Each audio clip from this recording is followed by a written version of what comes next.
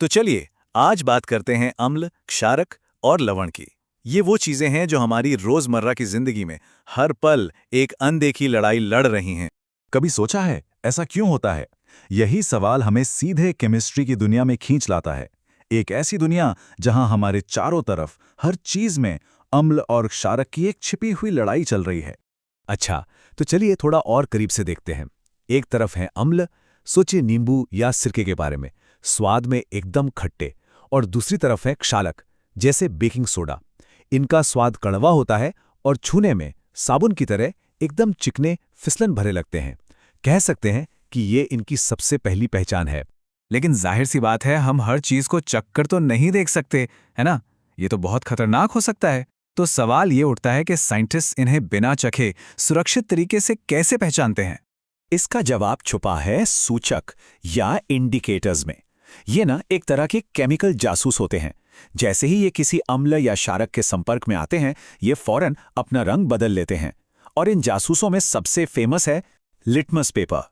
इसका नियम भी बड़ा सीधा साधा है, याद रखना बहुत आसान है। देखिए, अम्ल नीले लिटमस को लाल कर देते हैं, सोचिए खतरे का निशान। और क्षारक ठीक इसका उल्टा करते हैं, वो लाल लिटमस को नीला कर देते हैं। बस एक सिंपल सा कलर कोड और पता चल जाता है कि हमारे सामने क्या है। मगर रुकिए, कहानी में एक बड़ा ही दिलचस्प मोड़ आने वाला है। चलिए देखते हैं कि जब हम हालात को थोड़ा सा बदल देते हैं तो क्या होता है। हाइड्रोक्लोरिक एसिड यानी HCl एक बहुत ही ताकतवर एसिड है। तो सोचिए, क्या होगा अगर हम एक सूखे नीले लिटमस पेपर को सीधे HCl गैस के अंदर डाल दें? लॉजिक तो यही कहता है कि उसे फौरन लाल हो जाना चाहिए, है ना? लेकिन हैरानी की बात यह है कि कुछ भी नहीं होता, बिल्कुल कुछ नहीं। पेपर का रंग जरा भी नहीं बदलता। ये तो एक केमिकल मैजिक जैसा है। आखिर ऐसा हुआ क्यों? यहां पर असली हीरो है पानी। जी हां, वाटर। किसी भी एसिड या बेस को अपनी ताकत दिखाने के लिए, अपना असली रंग दिखाने के लिए पानी की जरूरत होती है। बिना पानी के HCl गैस बस एक गैस है, वो अपना एसिड वाला जादू नहीं दिखा सकती। समझ लीजिए, पानी के बिना तो ये शो शुरू ही नहीं हो सकता।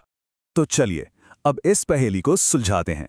आखिर पानी के अंदर ऐसा क्या होता है कि ये सारे गुण सामने आ जाते हैं?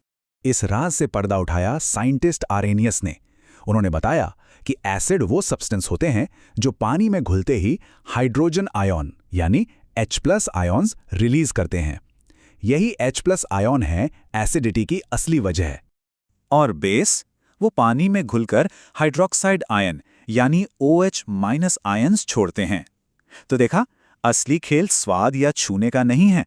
असली पहचान तो इन आयन्स में छिपी है। यहाँ कुछ कॉमन एसिड्स के नाम हैं और आप देखेंगे कि ये हमारी जिंदगी से कितने जुड़े हुए हैं। हमारे पेट के अंदर डाइजेशन में मदद करने वाला हाइड्रोक्लोरिक एसिड, गाड़ियों की बैटरी में इस्तेमाल होने वाला सल्फ्यूरिक एसिड, और हाँ, सलाद को मज़ेदार बनाने वाला सिरका यानी एसिटिक एसिड। ये सिर्फ लैब की बोतल में बंद केमिकल्स नहीं है, ये तो हमारी दुनिया का हिस्सा है। अब बात करते हैं कुछ कॉमन बेस की। नालियां साफ करने वाले क्लीनर में होता है सोडियम हाइड्रोक्साइड। चूने के पानी में होता है कैल्शियम हाइड्रोक्साइड, जो कंस्ट्रक्शन में भी काम आता है। और तो और खिड़कियां साफ करने वाले लिक्विड में अमोनियम हाइड्रोक्साइड होता है। मतलब ये भी हमारे आसपास ही हैं। पर एक मिनट, क्या सारे एसिड और बेस एक जैसे पावरफुल होते हैं? जी नहीं, बिल्कुल नहीं। इनकी ताकत में जमीन आसमान का फर्क होता है। तो फिर ये ताकत आती कहां से है? दरअसल ये इस बात पर डिपेंड करता है कि कोई सब्सटेंस पानी में कितनी आसानी से और कितनी पूरी तरह से अपने आयन्स में टूट जाता है। इस टेबल को देखिए, ये फर्क एकदम साफ हो जाएगा। एक तरफ है स्ट्रॉन्ग एसिड और बेस। ये पानी में जाते ही लगभग 100% टूट जाते हैं और इसीलिए बहुत रिएक्टिव होते हैं। दूसरी तरफ है वीक यानी कमजोर एसिड और बेस। ये पानी में पूरी तरह नहीं टूटते, थोड़ा ही टूटते हैं। इसीलिए तो हाइड्रोक्लोरिक एसिड एक स्ट्रॉन्ग एसिड है, लेकिन सिरका जो एसिटिक एसिड है वो एक वीक एसिड है। तभी तो हम उसे अपने खाने में इस्तेमाल कर पाते हैं। तो चलिए अब सबसे बड़े सवाल की तरफ बढ़ते हैं। क्या होगा जब ये दो ऑपोजिट्स, एक एसिड और एक बेस, आमने सामने आ जाएं?